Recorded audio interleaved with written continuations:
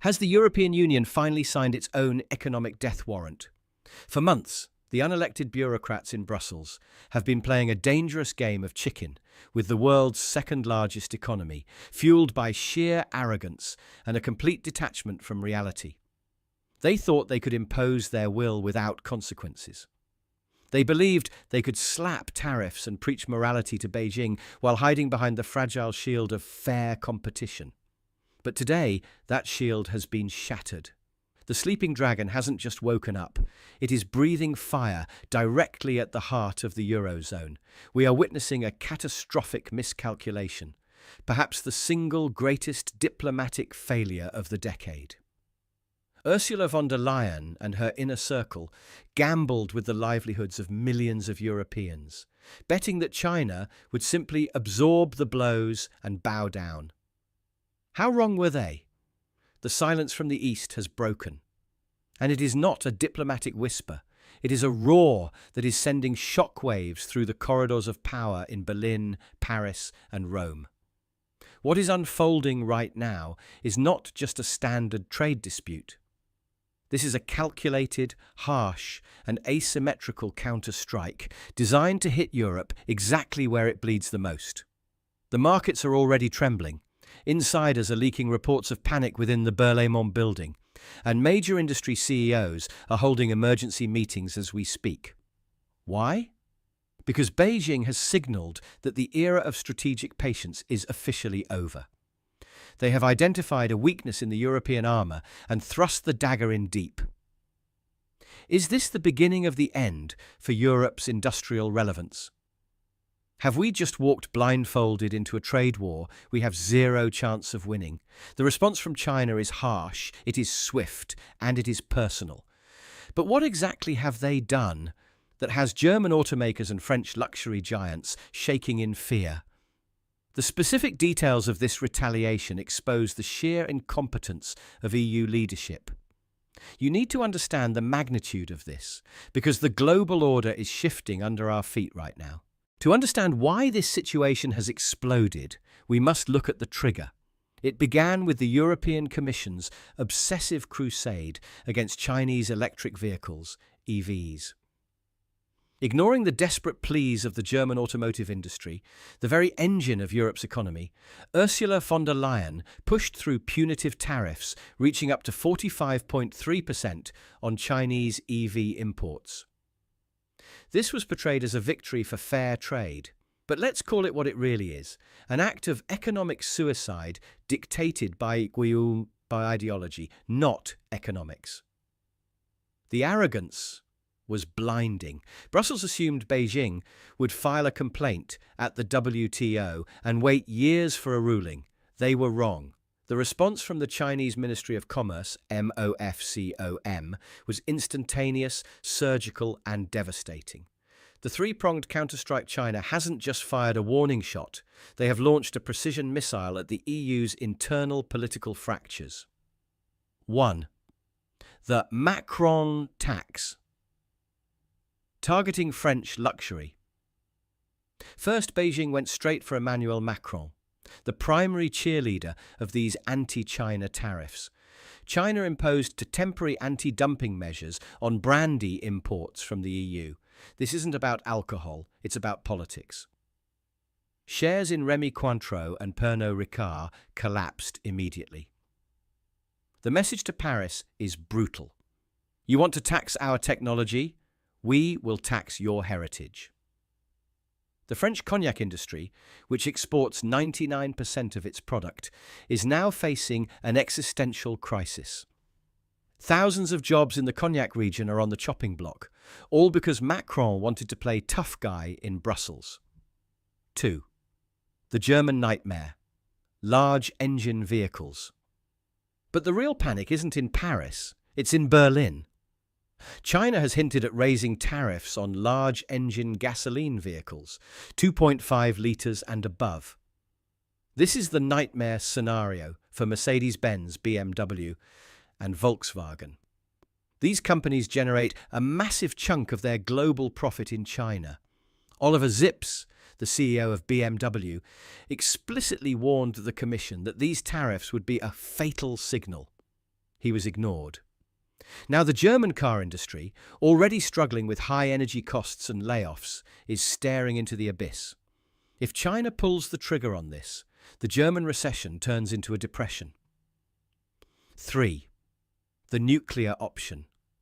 The rare earth stranglehold. Most terrifying of all is what the mainstream media is burying.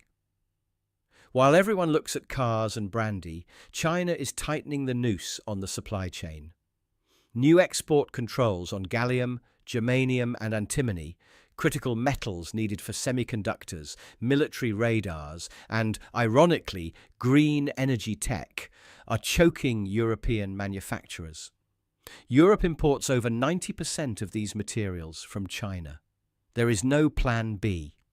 There is no alternative supplier ready to step in tomorrow. By cutting off these flows, Beijing isn't just hurting profits. They are effectively holding the EU's Green Deal and defence capabilities hostage.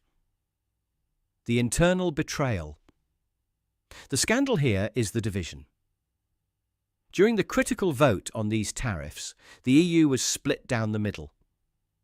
Germany voted against the tariffs. Hungary voted against them. Spain hesitated. Yet the Commission pushed it through anyway, using a qualified majority technicality. Think about that. The EU leadership overruled its largest economy, Germany, to start a trade war that Germany explicitly said it did not want. This is a betrayal of national interests. Viktor Orbán of Hungary has already called this an economic Cold War that will shatter European competitiveness. He is right. We are seeing a total strategic collapse. While the US has the economy to sustain a decoupling, Europe does not. The Eurozone is stagnating. Energy prices are still triple what they are in the US. And now, thanks to bureaucratic incompetence, our biggest trading partner has just marked us as a hostile entity. The numbers don't lie. German industrial output is down, insolvencies are up 25% year on year, and now the export market is being slammed shut.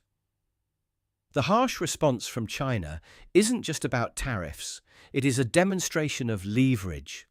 They know they hold the cards. They supply the batteries, the solar panels, and the raw materials. Europe supplies regulatory paperwork. The balance of power has shifted, and the EU has walked into a trap of its own making. We have reached the point of no return. The bridge between Brussels and Beijing hasn't just been burned. It has been blown up by bureaucrats who will never pay the price for their incompetence. The average European citizen will be the one footing the bill. When the cost of your car, your phone, and your energy bills skyrocket, remember this moment. Remember that this was a choice made by leaders who prioritized geopolitical posturing over the economic survival of their own people. The terrifying reality is that China has barely scratched the surface of its arsenal. The brandy tariffs and the threats to the auto industry are just the opening salvo. Beijing has the capacity to completely starve European industry of essential raw materials. If they decide to turn off the tap on rare earths tomorrow, the German industrial machine doesn't just slow down, it stops. Period. And for what? To protect an EV industry that is already lagging behind. To please allies in Washington who are actively subsidizing their own industries to compete against us. We are watching the fragmentation of the European Union in real time. Germany is furious. Hungary is in open revolt. The southern states are panicked. How long can a union survive when its central leadership actively sabotages the economic engines of its member states? Ursula von der Leyen talks about a geopolitical commission, but she has delivered a geopolitical disaster. The ultimate question you need to ask yourself is this: is the European Union acting in the interest of Europeans? Or has it become a suicidal vassal state, sacrificing its own prosperity for a war it cannot win? Are we witnessing the final nail in the coffin of European industrial power? Or do you think Europe can actually survive a full-blown trade war with the world's factory? Look at the facts. Look at the arrogance in Brussels. And tell me, who is really the enemy here? The dragon in the east, or the wolves in our own house? The future looks cold, expensive, and incredibly uncertain. What do you think? Is Germany right to oppose these tariffs, or should Europe double down and fight China to the bitter end? Will the EU survive this internal split, or is this the beginning of a Dexit or Frexit? Leave your thoughts in the comments below. Let the debate begin.